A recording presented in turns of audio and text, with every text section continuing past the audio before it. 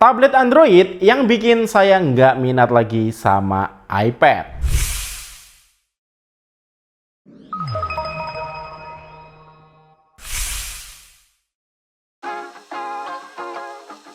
Hai guys, dengan saya Ade. Jadi video kali ini kita mau unboxing salah satu tablet Android terkencang sedunia karena dia pakai chipset Snapdragon 8 Elite Gen 5. Tapi ini nggak modal kenceng aja ya, banyak hal gila lain yang dimiliki tablet ini. Yuk kita unbox dulu.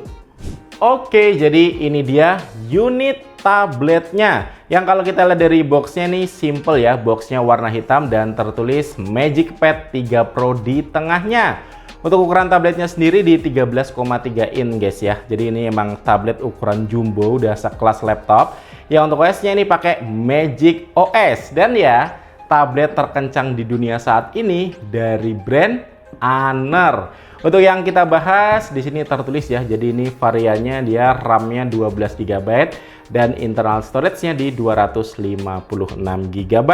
Kalau di bagian belakangnya sih di sini nggak tertulis speknya ya, tapi ada beberapa stiker sertifikasi seperti ini udah DTS:X, HRS Audio dan HRS Audio Wireless, dan juga udah tersertifikasi to Friendland. Dan ya, tablet ini udah IMAX Enhanced. Yuk langsung aja kita unboxing. Oke, ya. Jadi di dalamnya langsung disambut sama unit tabletnya. Nanti kita bahas ya. Sekarang kita cek dulu aja untuk kelengkapannya. Jadi simple banget ya, cuman ada dua kompartemen. Yang di sini tuh ada adapter charger, outputnya di berapa nih? 66 watt.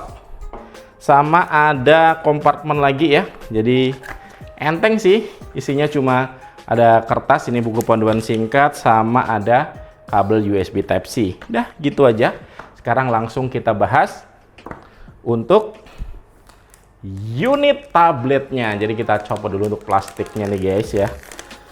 Oke, jadi sesuai dugaan ya, ini bener-bener gede banget. Kameranya ada di atas ini ya. Dan dari depan kelihatan looknya mewah. Kita lihat untuk di bagian samping atas, ini ada kayak untuk magnet pensilnya gitu guys. Terus ada tombol volume sama ada dua lubang mic ya. Kalau di samping ini ada tombol power sama ada dua grill speaker ya. Yang untuk speakernya ini totalnya ada 8 speaker loh. Untuk di bagian sini polos saja, nggak ada apa-apa. Dan di sini ada grill speaker lagi sama ada USB Type-C. Dan ya, ini dia untuk unit tabletnya. Wih. Jadi looknya sih emang kelihatan biasa ya. Tapi untuk feel-nya ini benar-benar mewah banget guys. Dia tuh kayak ada tekstur kulit jeruknya gitu ya, mungkin nggak terlalu kelihatan, tapi feel-nya memang benar-benar mewah ya. Di sini ada dua kamera, tertulis Aner di tengahnya, dan di bawah ini ada pin untuk connect ke keyboard, dan juga tertulis di sini udah IMAX Enhanced. Dan yuk langsung aja kita bahas lebih lengkap. Sekarang kita coba nyalain setup dan install beberapa aplikasi buat kita cobain lebih lengkap tablet terkencang di dunia saat ini. Nah, walaupun tablet ini tuh ukurannya besar tapi tipis ya, di 5,79 mm, dan bobotnya pun ringan 595 gram. Kalau untuk desain tabletnya sendiri ini nggak cuma looknya ya, tapi feel-nya juga premium. Dan di sini tertulis IMAX Enhanced, yang tentu aja kualitas displaynya juga bukan main-main ya. Ini ukurannya 13,3 inch, resolusinya 3,2K dengan refresh rate 165 Hz. Ini udah HDR Vivid dan juga tadi ya tersertifikasi IMAX Enhanced. So untuk nonton ini emang nikmat banget guys ya, karena audionya ini udah DTS:X stereo speaker dan punya 8 speaker spasial audio. Ini levelnya udah flagship.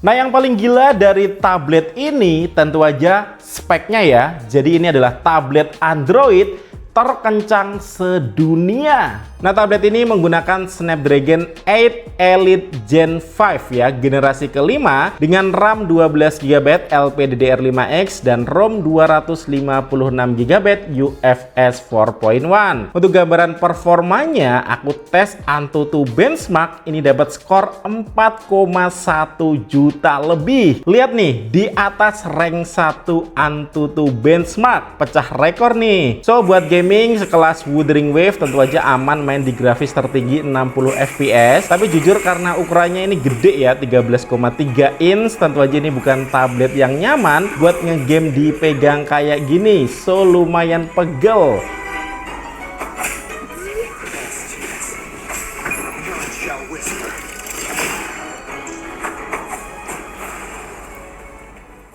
Enaknya ya buat main game dengan gamepad kayak gini guys ya. Main game racing ini asik, puas juga untuk layar dan juga audionya.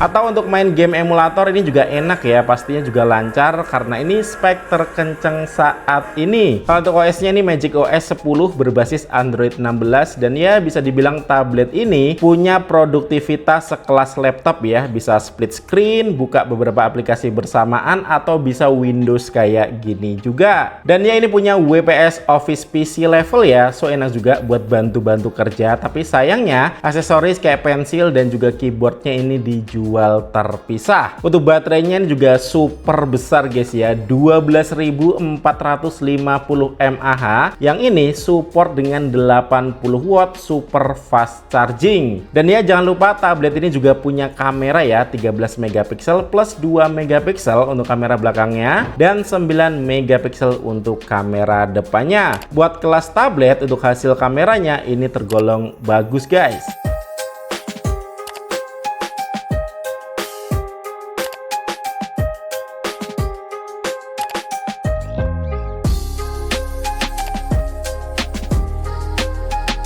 Nah, ini untuk hasil dari perekaman video kamera belakangnya guys ya.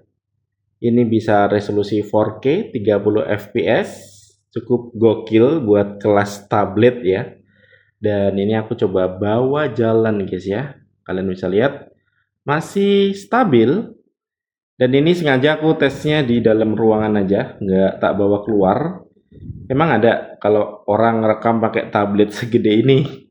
Jadi sebagai gambaran aja ya, kalau untuk perekaman videonya ini buat kelas tablet udah sangat lumayan bisa diandalkan. Nah, untuk hasil dari video kamera depannya ini juga cakep guys ya, karena ini bisa di resolusi 4K 30 fps juga. Untuk penempatan kameranya dia ada di tengah center, dan untuk kualitas audionya juga jernih ya. So ini siap juga nih dipakai misalnya untuk kerja, meeting online ataupun video call.